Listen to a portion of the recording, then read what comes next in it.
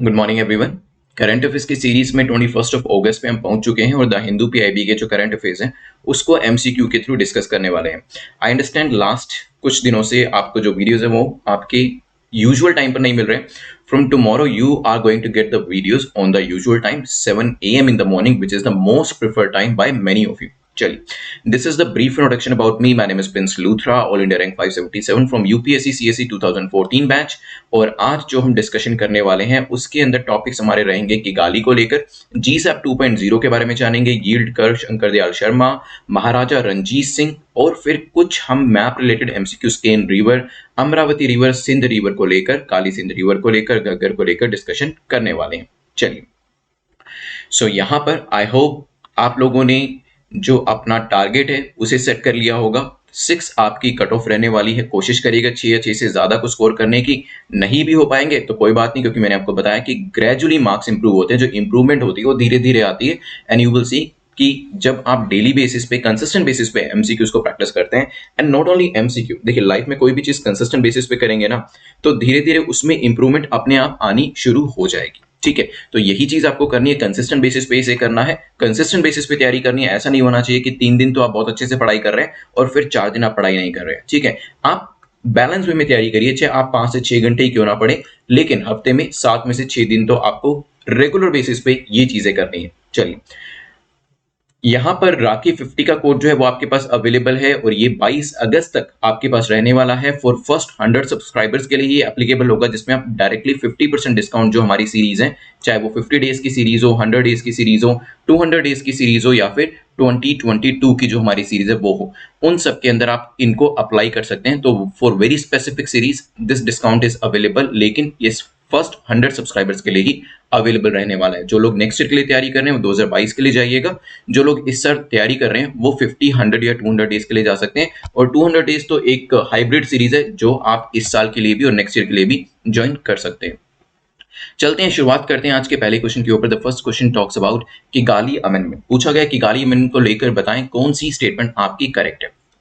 पहली स्टेटमेंट कहती है it is associated with hydrofluorocarbon. ये एचएफसी से जुड़ा हुआ है, हो सकता है ये क्योटो प्रोटोकॉल से जुड़ा है, हो सकता है कि ये जो अमेंडमेंट करी गई है ये क्योटो प्रोटोकॉल में करी गई हो, ये भी हो सकता है। और इंडिया का जो टारगेट है वो बताया है कि हमने 80% एचएफसी जो है उसको 2047 तक रिड्यूस करना है। तो मैं आपका टाइम पीरियड जो है यहाँ पर ये शुरू कर दिया है मैंने आपका, आप करिएगा इसका आंसर और फिर इसके बारे में डिस्कशन करने वाले हैं, क्योंकि रिसेंटली यूनियन गवर्नमेंट ने रेटिफाई किया है किगाली अमेंडमेंट को। तो ये जो अमेंडमेंट है ये मॉन्ट्रियल प्रोटोकॉल के अंदर आती है, जिसमें हाइड्रोफ्लोरोकार्बन ऐसे जो केमिकल्स होते हैं जो कि हमारे क्लाइमेट को और खासतौर पे ओजोन लेयर को डिप्लीट कर देते हैं, उनको दूर करने के लिए लेकर आया गया है। तो यहाँ पे कार्बन के अंदर ये ऐसे एलिमेंट्स होते हैं बेसिकली जो आपके एसीज में, रेफ्रिजरेंट्स में, परफ्यूम्स में, डिओड्रेंट्स के अंदर, फॉर्म्स जो होती है, शेविंग क्रीम्स होती हैं, शेविंग फॉर्म्स जो होती हैं उसके अंदर पाए जाते हैं, पर हमारी ओजोन लेयर को डिप्लीट करते हैं, जिसकी वजह से यूवी रेज धरती के ऊपर पहुंचती है और फिर वेरियस टाइप की जो डिसीजेज होती हैं वो लोगों को यहाँ पर फेस करनी पड़ती हैं। तो पहली स्टेटमेंट ठीक हो जाती है, लेकिन कौन से प्रोटोकॉल के अंदर ये अमेंडमेंट करेगा? मॉन्ट्रियल। ठीक है, ध्यान रखिएगा मॉन्ट्रियल प्रोटोकॉल है, ना कि आपका क्योटो प्रोटोकॉल। और भारत के जो टारगेट्स हैं उसके अंदर यस 80% तक हमें इसे कब करना है, 2047 का टारगेट रखा गया है। कंप्लीटली एलिमिनेट तो मुश्किल हो जाएगा करना, लेकिन हाँ 80% तक हम कर सकते हैं 2047 तक। ध्यान रखिएगा रीसेंट अप्रूवल दिया गया है, that's why it was in news. और यहाँ पे मैंने आपको एक इन्फोग्राफिक जो है वो भी दिया है ताकि आप इसको पढ़कर और भी जानकारी इसके बारे में हासिल कर सके। चलते हैं सेकंड क्वेश्चन के ऊपर, जो कि जीसैप 2.0 के बारे में पूछा गया है कि गवर्नमेंट की सिक्योरिटीज है 25,000 करोड़ रुपए की। अब भाई इसको कौन खरीदेगा बताइए। यहां पर टाइम पीरियड मैं शुरू कर देता हूं, क्योंकि रिसेंटली अनाउंस किया गया है कि एक ओपन मार्केट ऑपरेशन करते हुए इसको खरीदा जाएगा। वैसे तो पैसा तो आरबीआई के पास भी काफी है, आईडीएफसी के पास भी ठीक ठाक है और एलआईसी के पास भी बहुत पैसा है, और कोई दूसरी एजेंसी होती है वो भी यहाँ पर खरीद सकती है। लेकिन यहाँ पे ओपन मार्केट ऑपरेशन कौन करता है? अगर आपको बेसिक जानकारी है इकोनॉमिक्स की तो यहाँ पर ओपन मार्केट ऑपरेशन जो है वो आरबीआई के द्वारा किए जाते हैं। और यहाँ पर गवर्नमेंट की जो सिक्योरिटीज है वर्थ 25,000 करोड़। ये यहाँ पे जीसैक एक्विजिशन प्रोग्राम, जीसैक की फुल फॉर्म क्या है? GSAC, that is government security acquisition programme 2.0, मतलब 1.0 ऑलरेडी हो चुका है, जिसके अंतर्गत पहले भी इस तरीके की जो गवर्नमेंट सिक्योरिटीज थी उसे एक्वायर किया गया था। यहाँ पर भी यही चीज करी जा रही है कि गवर्नमेंट सिक्योरिटी को एक्वायर किया जा रहा है। गवर्नमेंट सिक्योरिटी एक्विजिशन प्रोग्राम 1.0 जो था उसके अंतर्गत भी अराउंड 25,000 करोड़ जो था उसकी सिक्योरिटीज को परचेज किया गया था। यहाँ पे आंसर क्या हो जाएगा, A will be the correct answer. तो बेसिकली जब यहाँ पे 25,000 करोड़ की गवर्नमेंट सिक्योरिटीज को परचेज किया जाएगा आरबीआई के द्वारा, तो लिक्विडिटी जो है वो अब गवर्नमेंट के पास बढ़ जाएगी और गवर्नमेंट उसको वेरियस एरियाज के अंदर उस पैसे को खर्च कर सकती है। चलते हैं यहां से आगे बढ़ते हुए नेक्स्ट टॉपिक को देखते हैं, यील्ड कर्व को लेकर। इसके ऊपर एक मैं वीडियो भी बनाने वाला हूं। तो यहां पर मैं आपको यील्ड कर्व को लेकर दो स्टेटमेंट दे रहा हूं। पहली कहती है rise in bond yield in the market will bring the price of the bond down.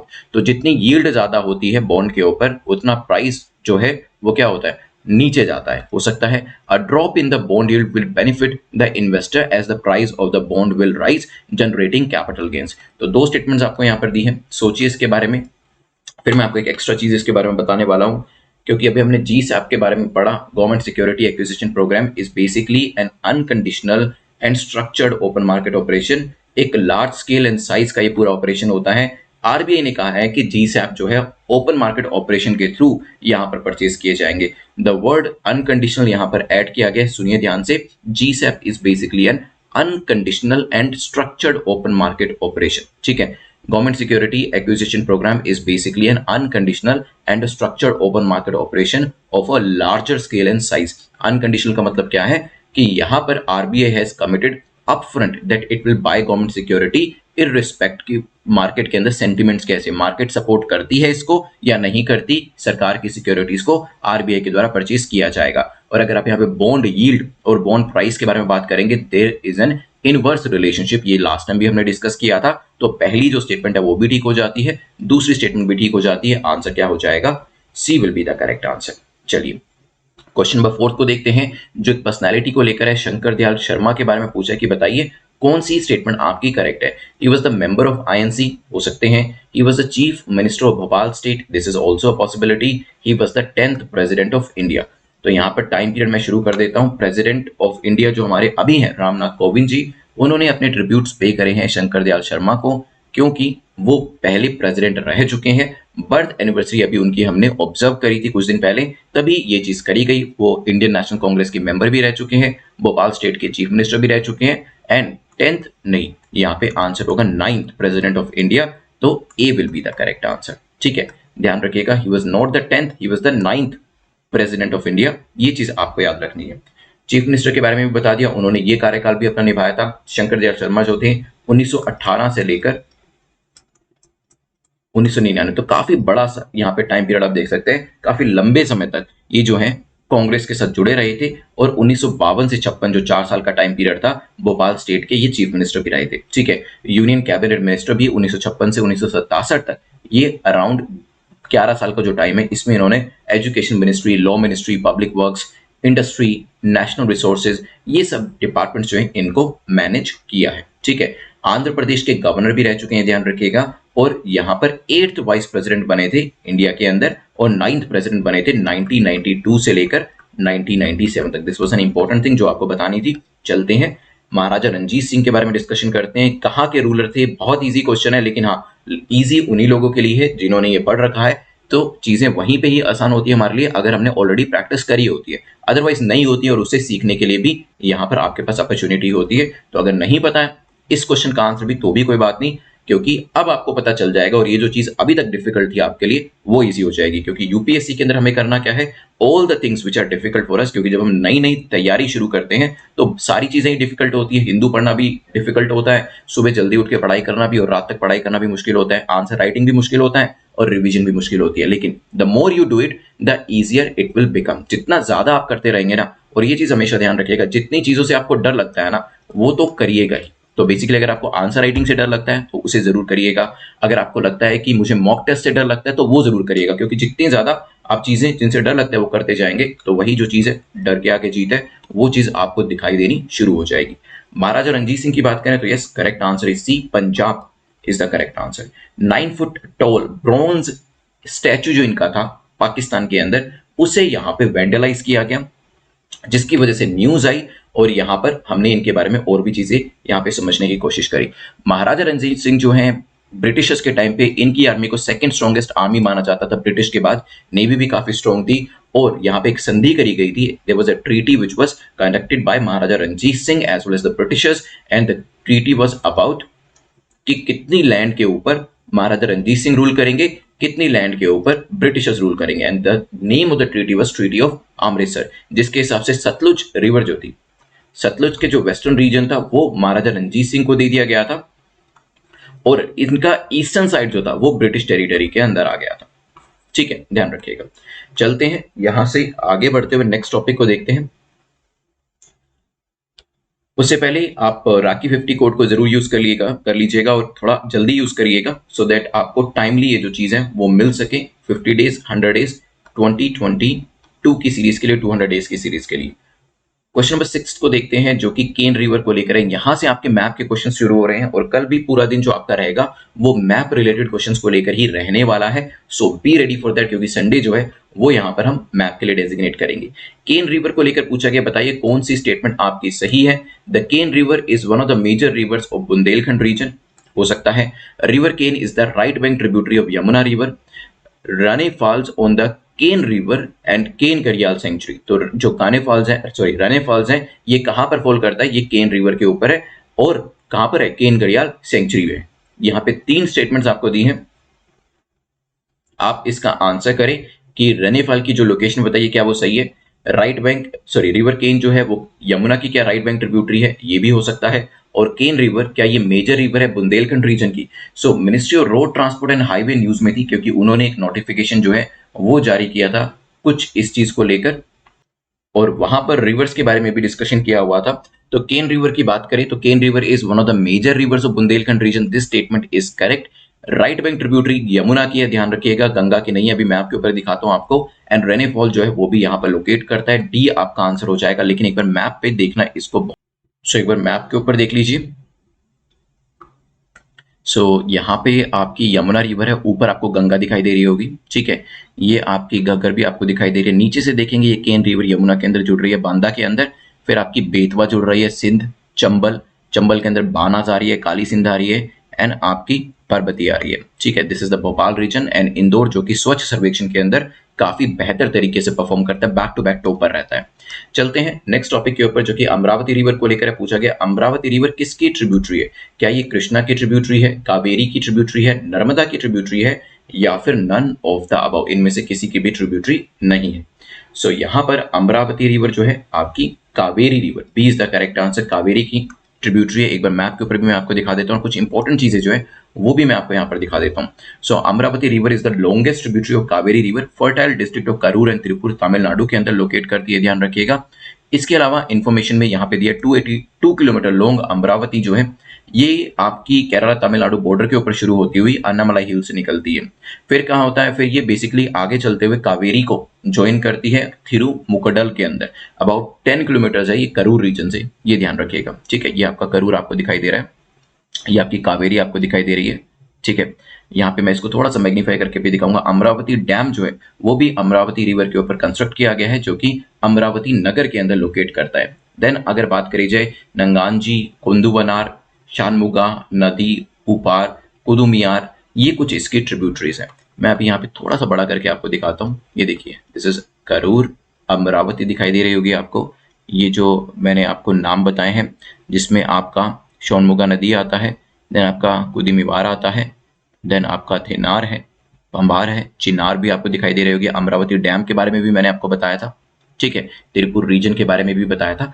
So this much information is enough and that will help you in the examination.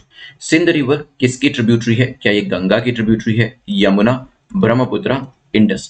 तो time period में शुरू कर देता हूं, आप सोचिएगा इसके बारे में। सिंध रिवर, तो सिंध रिवर जो है काली सिंध, बेसिकली से काली सिंध रिवर से आप कंफ्यूज मत करिएगा, क्योंकि जो काली सिंध है मैंने अभी आपको पीछे दिखाया था वो तो चंबल की ट्रिब्यूटरी थी, जो हमने केन वाला क्वेश्चन किया था। देखिए एक बार दोबारा से मैप के ऊपर लेके जाता हूं, आपको दिखाता हूं। Sindh is different then Kali Sindh. तो यहाँ पे ये जो है ये काली सिंध है, ठीक है। काली रिवर अलग है, सिंध रिवर अलग है, काली सिंध रिवर अलग है, ध्यान रखिएगा। So this is Kali Sindh जो कि चंबल के साथ मिल रही है।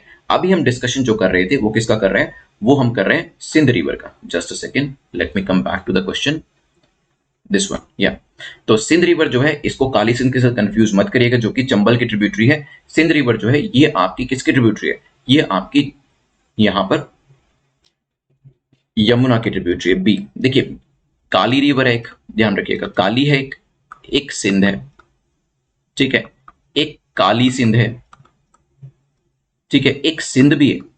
यही प्रॉब्लम होती है एग्जाम के अंदर, जब बैक कुछ इस तरीके से सिमिलर नेम्स आपको दिए जाते हैं। काली रिवर अभी हमने देखा यमुना में मिली थी, काली सिंध जो थी वही काली के पास ही थी, जो कि अगेन चंबल के अंदर जाकर मिल रही थी। सिंध रिवर अभी हमने पढ़ा, ये किस में मिल रही है, ये यमुना रिवर के अंदर मिल रही है। एक सिंध भी है, ऐसा ही एनडी, एच नहीं है इसके अंदर। ये कहां पर मिलती है, ये झेलम की ट्रिब्यूटरी है, ठीक है। हम किसकी बात करें, सिंध विद एन एच की बात करें। सिंध रिवर जो है यमुना की ट्रिब्यूटरी है और मध्य प्रदेश यूपी के अंदर ये बहती है। Sindh originates in the Malwa plateau Vidisha के अंदर निकलते हुए एमपी से ये यमुना रिवर को ज्वाइन करती है, ध्यान रखिएगा बी। तो काली यमुना को मिलती है, सिंध ये भी यमुना को मिलती है, काली सिंध ये चंबल को मिलती है, और सिंध विदाउट एन एच ये किसको मिलती है, झेलम को। तो यहां पर गलती मत करिएगा, मैं आपको एक बार यहां पे दिखा भी देता हूं। यहां पे देखिए, देखिए ये आपकी केन है, ये आपकी सिंध है, ठीक है, ये आपकी काली सिंध है। काली सिंध कहां जा रही है, चंबल के अंदर मिल रही है। सिंध किसके अंदर मिल रही है, यमुना के अंदर। केन किसके अंदर मिल रही है, जो भी हमने पढ़ी थी यमुना के अंदर। और फिर ऊपर जाएंगे अगर आप, ये तो यमुना हो गई, इस एरिया में जहां पे झेलम आपको दिखाई देगी, ठीक है, झेलम के अंदर आपको सिंध मिलती हुई दिखाई देगी। चलते हैं यहां से आगे बढ़ते हुए, काली सिंध रिवर को दो स्टेटमेंट से यहाँ पे क्वेश्चन में बनाया है, पूछा गया काली सिंध रिवर को लेकर बताएं करेक्ट स्टेटमेंट क्या है। Kali Sindh is a river in Madhya Pradesh. Kali Sindh एक मध्य प्रदेश की रिवर है और ये विंध्या रेंज से निकलती है।